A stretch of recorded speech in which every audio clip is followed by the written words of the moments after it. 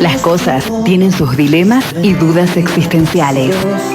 Los hombres y las mujeres que lo pensaron antes y mejor.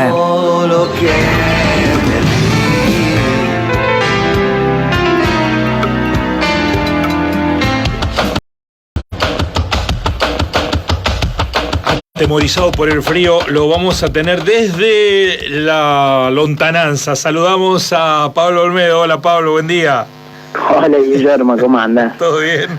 Bien, más que atemorizado por el frío, te diría que atemorizado por no contagiar a nadie. No creo que tenga nada, pero viste, el dolor de garganta ya es un signo de... Sí, pero de desconfianza. hay mucha peste dando vuelta, ¿eh? Sí. Bueno, vamos a hablar de educación e igualdad, lo escuchamos. Dale. En 1762, el filósofo francés Jean-Jacques Rousseau publicó El Emilio, o de la educación, una de sus obras más reconocidas. Es una suerte de novela filosófica voluminosa que narra el proceso educativo de un niño que es apartado a la soledad de un campo. El propósito de Rousseau es mostrar cómo se puede educar a alguien sin que ese proceso implique la pérdida del rasgo originario que la humanidad trae consigo, la bondad. Para él, todos nacemos buenos. El problema es que en la medida en que comenzamos a socializarnos, ese rasgo natural comienza a corromperse. En el estado de naturaleza, es decir, apenas nacemos, antes de la sociabilidad, nuestros deseos se ajustan a nuestras necesidades y posibilidades. En el estado social, a consecuencia del desarrollo de la cultura, piensa Rousseau, ese equilibrio se pierde y los deseos comienzan a sobrepasar las necesidades, las posibilidades de realizarlos. Aparece la vida fundada en la apariencia y la desigualdad entre los hombres. Lo que intenta hacer entonces el filósofo, en esta obra, en El Emilio, es justamente mostrar cómo puede darse un proceso de desnaturalización, de educación, sin que se corrompa la naturaleza humana. Rousseau considera que es necesario observar las disposiciones naturales de los niños para luego, a partir de ahí, enseñarle cómo tratar con las cosas y con el mundo, y con el resto de los humanos. De lo que se trata es de formar no hombres individuales, sino ciudadanos. Rousseau considera que es mejor que Emilio provenga de una familia rica, porque dice, cito Rousseau, el rico recibe de su clase la educación que menos le conviene a él y a la sociedad, ¿no? De este modo, podrá contribuir a formar un nuevo ciudadano que, de haber seguido los cauces de la educación a la que estaba destinado, solo alcanzaría llegar a ser un individuo que persigue sus propios intereses y no los de todos. Ese proceso es paradójico porque el filósofo francés quiere educar a ciudadanos para la vida colectiva, pero considera que la mejor forma de hacerlo es educando a cada uno por separado. Teniendo un cuidadoso celo por el proceso de socialización. Los establecimientos educativos no son de su confianza porque forman parte de ese mismo orden social que corrompe la naturaleza humana. No es una educación privada, sino doméstica. Es una educación individual para que cada uno llegue a ser un ciudadano que abrace la voluntad general. Es raro el proyecto de Rousseau porque es como si fuera una educación pública, pero de a uno, ¿no? Medio irrealizable. Esta pretensión rousseauiana se contrapone con lo que unos años antes planteaba el filósofo inglés John Locke. Locke se desempeñaba como preceptor de jóvenes de familias nobles. De eso vivía, de hecho.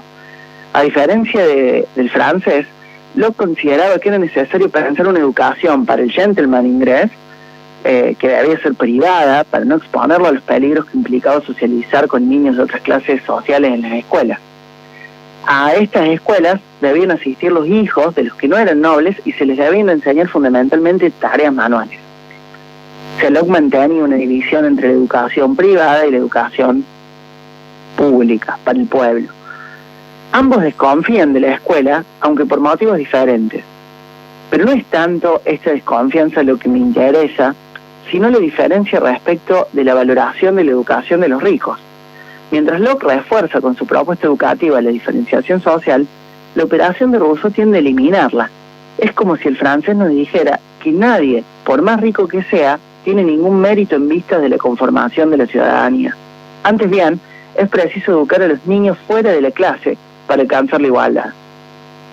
Muchos años después, en 1925, y en una latitud muy distinta, el filósofo peruano José Carlos Mariátegui escribe un texto en la revista Mundial en el que reclama la conformación en Perú de un sistema de enseñanza único.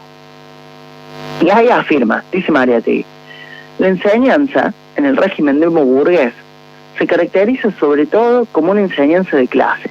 La escuela burguesa distingue y separa a los niños en dos clases diferentes. El niño proletario, cualquiera que sea su capacidad, no tiene prácticamente derecho en la escuela burguesa sino una instrucción elemental. El niño burgués, en cambio, también, cualquiera sea su capacidad, tiene derecho a la instrucción secundaria y superior. La enseñanza en este régimen no sirve, pues, en ningún modo para la selección de los mejores. El régimen burgués del que habla Mariátegui son las democracias liberales latinoamericanas. Él formula una descripción del estado de situación que, pese a los avances en las políticas públicas en términos de educación, sigue vigente y que en nuestro país se acentuó fundamentalmente en la década del 90. De nuevo, Mariátegui, al igual que Rousseau, afirma que la división de la educación por clases no asegura el mérito de nadie. La única forma de determinar que alguien es meritorio en algo es garantizando, dice el peruano, una educación única, la misma para todos. Traigo a colación estos pasajes de Rousseau, Locke y Mariátegui, un tanto arbitrariamente. No obstante, nos permiten pensar un problema común y urgente, el de la enseñanza pública. En medio de tantos discursos que alegremente afirman que es preciso reducir el ámbito de lo público y se embanderan con los discursos del mérito, el pensador francés y el peruano, con muchos años de distancia y muchas diferencias conceptuales, nos brindan argumentos para rebatir ese sentido común. El sentido de la educación pública y gratuita es asegurar que todos tengan el derecho a formarse, a mostrar sus méritos, que nunca deben ser determinados a priori. Por eso, mejor que hablar de igualdad de oportunidades, como si de una carrera se tratara, a la hora de pensar la educación es preciso hablar de igualdad seca. Es la igualdad lo que debe ser garantizado a cada momento para que el derecho a la educación se cumpla y para que hablar de méritos sea justo. Qué difícil es encontrar esas dos cuestiones, ¿no? La igualdad y los méritos. Hacerlos coincidir en un punto de inflexión, ¿no? Exactamente. Lo que es interesante es esa crítica, ¿no? Bueno, tanto me resultó como una resonancia entre la reflexión de Rousseau respecto a la educación de los ricos. Rousseau dice, bueno, él hace un experimento, dice, bueno, hay que apartar un niño para educarlo y llegar a llevarlo hacia el lugar del ciudadano, ¿no?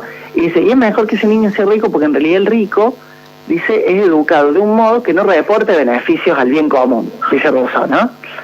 Y Mariátegui hace esta otra crítica, la idea de mérito, muchos años después, respecto de, diciendo, bueno, si mantenemos la división de la enseñanza entre lo público y lo privado, y unos acceden a uno y uno a lo otro, y uno es mejor que otra, en realidad no hay ningún criterio para hablar de mérito, es una cosa absolutamente arbitraria, ¿no?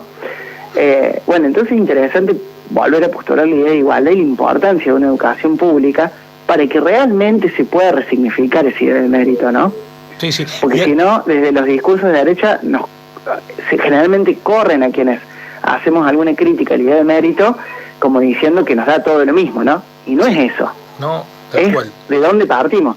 Y además hay una idea de que se ha instalado muy fuertemente desde la mercantilización de la educación, que lo privado enseña mejor que lo público. Se parte de esa concepción. Sí. Que puede haber casos que lo justifiquen, pero hay muchísimos casos que no. Todo lo contrario. Y en realidad es una idea que vos fíjate que accede a lo educativo. Digo, uno puede pensar en la salud, por ejemplo, también, ¿no? Son todos bienes públicos, pero se instaura como un sentido común, digo, y en los casos en que eso se verifica, yo diría que es menos por un mérito de lo privado que por un vaciamiento de lo público, ¿no? Entonces me parece que hay que insistir en las políticas públicas, ¿no? Sí. Y además de lo privado logra la protección del sistema en el sentido que muchos conocemos que la educación privada superior en algunas universidades que se presentan como de élite es de una calidad muy inferior que la de la universidad pública. Sin embargo, puestas a competir en el mercado, se mira con más atención a los que reproducen el modelo del mercado y no a los que lo critican. Sí. Y ese es un tema. Y es un tema para pensar también cómo funcionan los órganos públicos, ¿no? De control y habilitación, sí, ¿no? De ciertas formas de educación, digamos. Hay una discusión que tiene varios niveles, ¿no? Y también es una disputa en términos de perfiles, ¿no? ¿Qué perfiles de estudiantes se forman en cada caso? Que creo que esa disputa no hay que dejar de darla y sobre todo hay que darla en el ámbito público, ¿no? Muchísimas gracias, Pablo. Como siempre, un lujo contar con las reflexiones de ustedes. No, gracias a ustedes. Un abrazo. En Así son las ideas y las reflexiones escuchamos a Pablo Olmedo hablando sobre educación e igualdad. Así son las ideas y las reflexiones. Filosofía barata y zapatos.